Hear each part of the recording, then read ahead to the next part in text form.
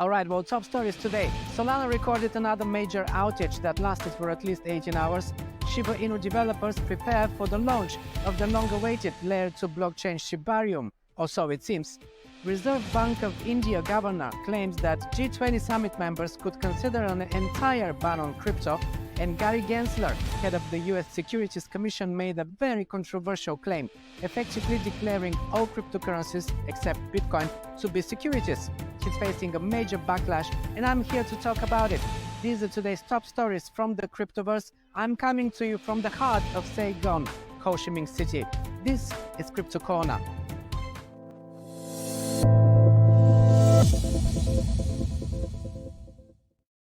Alright everyone, welcome to today's news edition of Crypto Corner, the video podcast where we talk everything crypto related to help you easily navigate in the crypto space. By the way, behind me here is the foreign exchange. This is the Ho Chi Minh City, the Vietnamese foreign exchange. So I thought it is a decent backdrop for today's video.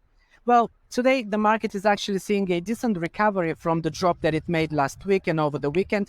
In the top 10 cryptos, only XRP is struggling with its recovery today, while everything else is in the green zone. It's a small recovery though. Bitcoin is just above 23,000, but as I said in my last episode, the dip wasn't too deep, just as I expected, so not much to discuss there. Let's talk about the SEC chairman, his claim that everything besides Bitcoin is a security. This is a direct quote from his interview that was just published in the New York Times magazine. It is a, as you know, very controversial statement, and not surprisingly, he is met with a huge backlash from all sides, including some lawyers, who remind us that his claims, however important they may be, are not an actual judgment. The law is being interpreted in various ways, and it's really the courtrooms that make the final judgment on these things. Jake Chervinsky, a lawyer that I follow on Twitter who is very well versed in crypto, tweeted that until and unless the SEC proves its case in court for its jurisdiction over each individual token one at a time, then it lacks authority to regulate any of them.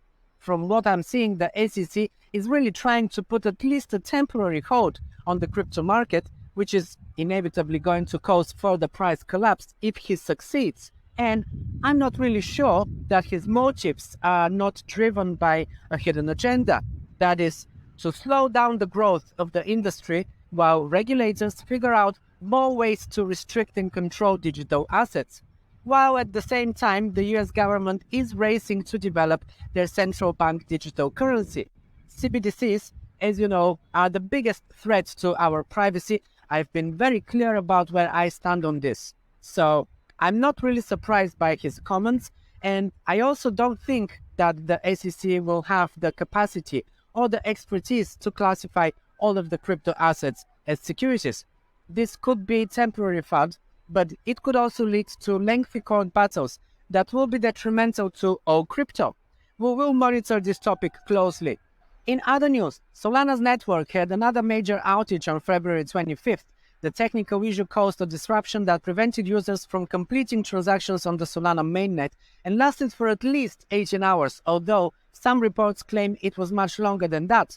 The issue appears to have occurred just after the network had completed an upgrade. However, problems began to arise as transactions were slowed down significantly, and the initial attempt to restart the network failed as validators were forced to pause the restart. The problem was eventually fixed, even though there was no adequate information for quite some time. During this period, Solana users could not process transactions or move their assets on the platform, and while this is the first occurrence of this type this year, it follows numerous similar outages that happened last year. I mentioned that in my previous episodes. It seems Solana is still very prone to such outages, making it a very unreliable network for transacting.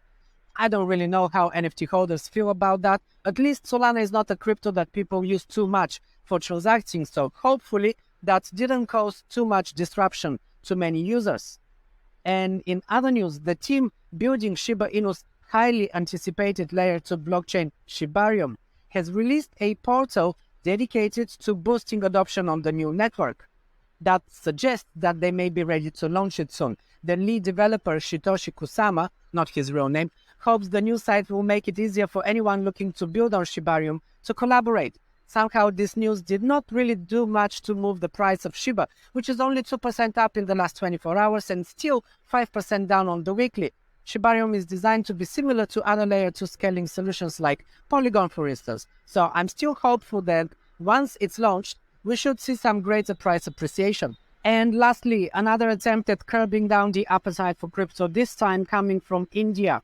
They are notoriously hostile to cryptocurrencies due to the fading popularity of their own currency, the deflation of their currency, and the failed attempt to implement their own CBDC.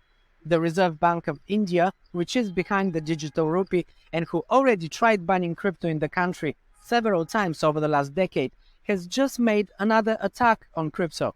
This time their chairman is claiming that some members of the G20 summit might consider an entire ban on cryptocurrencies. Well, speak for yourself, mister. I'm sure India, and perhaps one or two of the other members of the G20 that are closely connected to the Reserve Bank of India might take such a stance against crypto. For sure, the International Monetary Fund and the Financial Stability Board, he claims, will work on a technical paper and formulate policies that would put in place a regulatory framework for crypto assets. These regulations shall be proposed by the Indian presidency, they say, at the G20 summit, which actually is scheduled to take place this October.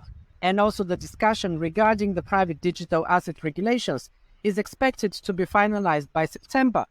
Well, most recently, the Finance Minister of India has clearly stated that anything that falls outside of the control of the central bank shall not be considered a currency.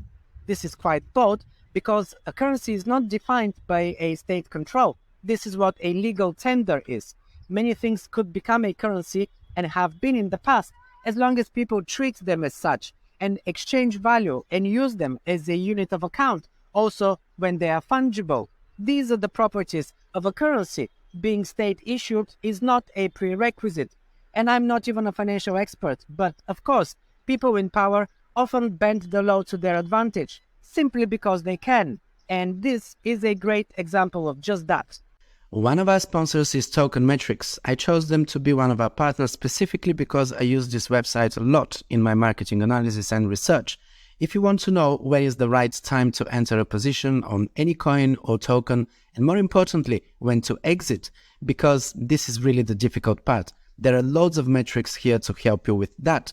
This is one of their new tools that helps me analyze the market better and spot the right entry or exit points. As you can see, it gives you a green signal when the market turns bullish, meaning we are in an uptrend, and the red signals indicate when the market has turned bearish.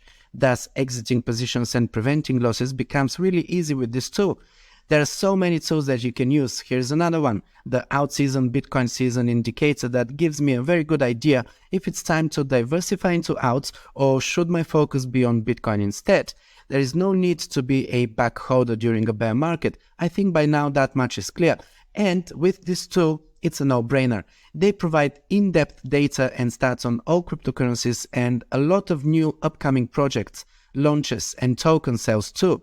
This is where I find unknown gems before they hit the mainstream, and I particularly like their emails with detailed breakdown on technicals and fundamentals on the projects that they research, and their expertise in this field is second to none. You can also customize your portfolio and track your P&L day to day, and you can create separate portfolios for different exchanges that you use to monitor your progress in the most efficient way. There are so many categories to choose from when analyzing the markets, way more than I've seen on any data aggregator website, so you can really advance your analysis and improve your investment strategies.